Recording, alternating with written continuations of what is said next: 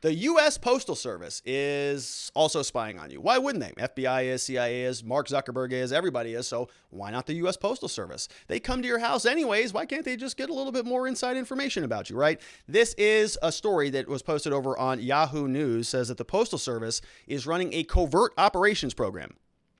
Monitors Americans' social media. So we've got the actual inspection service report that gives us a little bit of a breakdown on what the U.S. Postal Service is doing. A lot of people had questions about the Postal Service given the last little, 2020 November thing that was going on.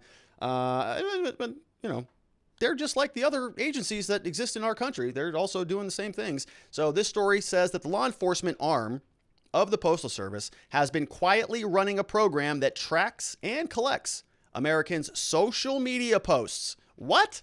Why is the U.S. Postal Service, which just delivers packages and little fun gift bags through the U.S. mail, what do they care about your social media posts? That doesn't make any sense, including those about planned protest, according to a document obtained by Yahoo News. The details of the surveillance effort, known as ICOP, which is really clever, brilliant, bravo, Internet Covert Operations Program is what that's titled, has not been previously made public. The work involves having analysts trawl through social media sites to look for what the document describes as inflammatory postings and then sharing that information across government agencies. So the U.S. Postal Service is doing this.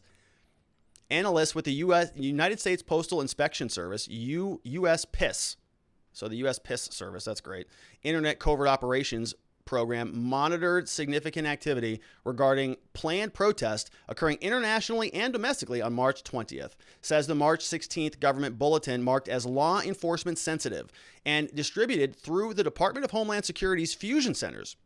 Quote, locations and times have been identified for these protests, which are being distributed across multiple social media platforms to include right-wing leaning Parler and Telegram accounts. A number of groups were expected to gather in cities around the globe on March 20th as part of a worldwide rally for freedom and democracy to protest everything from lockdown measures, oh no, you can't be protesting that, to 5G. Parler users have commented about their intent to use the rallies to engage in violence, says this article. Image 3 on the right is a screenshot from Parler indicating two users discussing events as an opportunity to fight and do serious damage. No intelligence is available to suggest the legitimacy of these threats, says the document. So this is what we're looking at here. This is what Yahoo got a hold of. And this looks like an official government document, right? Posted here on March 16th. Bulletin includes screenshots and posts about the protests from Facebook, Parler, Telegram, and other social media sites. Individuals mentioned by name include one alleged Proud Boy, several others whose identifying details were included, but whose posts did not appear to contain anything threatening. ICOP analysts are currently monitoring these social media channels for any potential threats stemming from this scheduled protest and will disseminate intelligence as needed. So this is from the Cybercrime and Analytics Law Enforcement Sensitive Situational Awareness Bulletin. And you can see here on March 20th, apparently there was an international day of protest, which I don't remember hearing anything about. Analysts from the U.S. PIS organization monitored significant activity regarding these protests. Location and times have changed. You can see here, this was a post, looks like global action to stop 5G. So that was posted on Facebook. We have another one here, worldwide demonstration March 20th. So for some reason, the U.S. Postal Service is checking this stuff out. ICOP analysts are monitoring these. They're going to pass them around. They identified the website, which is down here, worldwide demonstration. You can see that. They identified the Facebook group, and they're keeping tabs on it. To date, there are 15,492 followers. This began trending across Parler with the hashtag We Will All Be There. Twitter users are also promoting the event, going to magafirst.org. Analysts also identified a video created to advertise the event called Anti-Tyranny Protest March 20th. At this time, there is no reliable information to suggest how many individuals have viewed the postings or what else is going on. Pretty interesting that they're focused on certain platforms. Parler, Telegram, certain organizations, magafirst.org, Stop the Steal. It's interesting. Very curious. Analysts identified another protest titled Global Action to Stop 5G. Group has over 20,000 followers. And then they're identifying other inflammatory online postings. Several Parler accounts have posted inflammatory or violent messages surrounding these protests. Member of the Proud Boys, known as Noblebeard, made a comment saying that they're going to engage in violence and blah, blah, blah. No intelligence is available to suggest the legitimacy of these threats. No, of course not. Yeah, of course not. So since there is no intelligence available, what did you guys just do there? You just went, you had some like intern just clip a bunch of crap off the internet and write a bulletin about it? No actual intelligence, just some screenshots that you're going to cram into a document and call this a security bulletin. Got it. All right, that's good. So what do you want us to do with this? So you spread this around to everybody and we're supposed to go check out their Facebook page? Or go join them? Or what? Okay. Government's monitoring of American social media is the subject of ongoing debate. When contacted by Yahoo News, civil liberties experts expressed alarm at the Post surveillance program. University of Chicago law professor Jeffrey Stone, whom Obama appointed to the NSA, said it's a mystery. I don't understand why the government will go to the Postal Service for examining the internet security issues. Yeah, it's a good question. Postal Service has had a turbulent year facing financial insolvency. Postmaster General Louis DeJoy, who was appointed by Trump, was slowing down deliveries as the pandemic started. Remember that whole debacle? Seems a little bizarre, said Rachel Levinson-Waldman, Deputy Director of Brennan Center's Justice for Liberty. Based on very minimal information that's available online, it appears that ICOP is meant to root out misuse of the postal system by online actors, which doesn't seem to encompass what's going on here. It's not clear why their mandate would include monitoring social media that's unrelated to the postal system. She also questioned the legal authority of the Postal Service to monitor social media activity. If the individuals they're monitoring are carrying out planned activity, that should be the purview of the FBI. Well, the FBI doesn't do much of anything anymore. As we all know, the U.S. Postal Inspection Service is the primary law enforcement, crime prevention, and security arm of the Postal Service. And it's supposed to, the ICOP program is supposed to assess threats to employees and its infrastructure by monitoring publicly available open source information. Collaborates with other agencies. Yeah, so it's just to protect their employees. All right, so thank you, Postal Service. We have Todd Trout.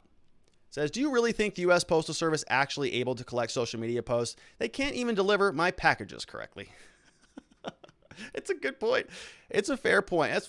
Go what? Yo, you're going to monitor things? Okay, that's great. Where are you going to store this stuff? You can't even deliver a package. It's funny, Todd.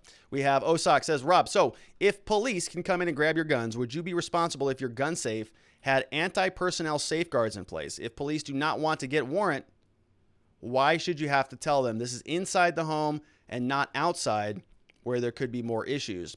So I think, I think that would be illegal still. There's a concept that I recall back from law school called spring traps, if I can recall this correctly. But it's the idea. I think the case involved somebody who set a gun to go off if somebody came through the door inside the home, right? So the idea is that you've got a gun that's sort of wrapped around a wire. It's propped up. If somebody opens the door, boom, gun goes off, kills the intruder. Is that allowed? Yes or no? What do you think?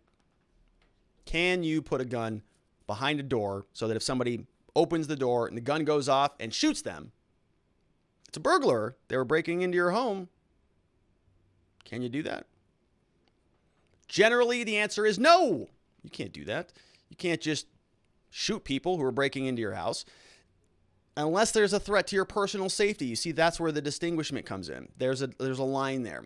If you're going to shoot and kill somebody just to protect property, not allowed to do that. We value life more than we value property. So in that hypothetical, what really had happened, I think in that case, was this wasn't a residential home. This was a home that somebody sort of had set up, and it was a second home. People kept breaking in there. It was in a very highly trafficked, I think, area out in the wilderness. A lot of campers came by, just kind of, poked in there. So he set up some guns. Somebody went in, got shot, sued him, and I think that they won, right? Because the concept here is you can't kill somebody or almost kill somebody to protect property. You can to protect your life or the life of somebody in your home, but just for property. So in your hypothetical there, Osak, just to sort of protect your guns, no, that would not be allowed. You can't set up dangerous traps that will kill somebody to protect property. Generally speaking, of course, there are a lot of if you go into Area 51, government shoots you. That's a separate concept, right? Those things are different. Joe Snow says, I understand the CIA uses the post office to pay assets. Yeah, it's probably a nice little area you can just kind of, throw this stuff. If you're going to use the Department of Homeland Security to go out there and attack the libertarians or the people on Telegram or the people on Parler, people are going to notice that. But if it's just the Postal Service, nobody expects that. Want to Know says, how much did this USPS investigation cost the taxpayers? Does anybody care about that anymore? Is that like a thing? Do people even care, honestly, about that? Because we're spending money like it doesn't even matter. Like money's going out of style. Let's take another question here. Miss Faith is adding it. Lastly, we got Leafy Bug. We got the Leafy Bug in the house.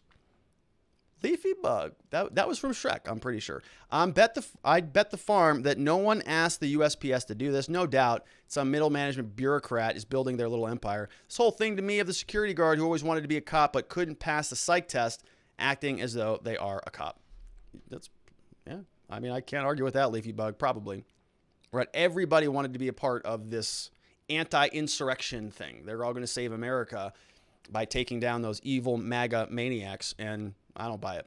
All right, and those questions came over from locals.com. We have a Watching the Watchers community over there where you can ask questions, support the show. You can also get a new promo code for my Existence Systems program, so you can build this little personal productivity tool. Check that out at robertgruler.com. Scroll down, click Existence Systems if you want to try out that course. It's a lot of fun. 32 videos, over 2 hours of content, and it's something I use every day, so check that out.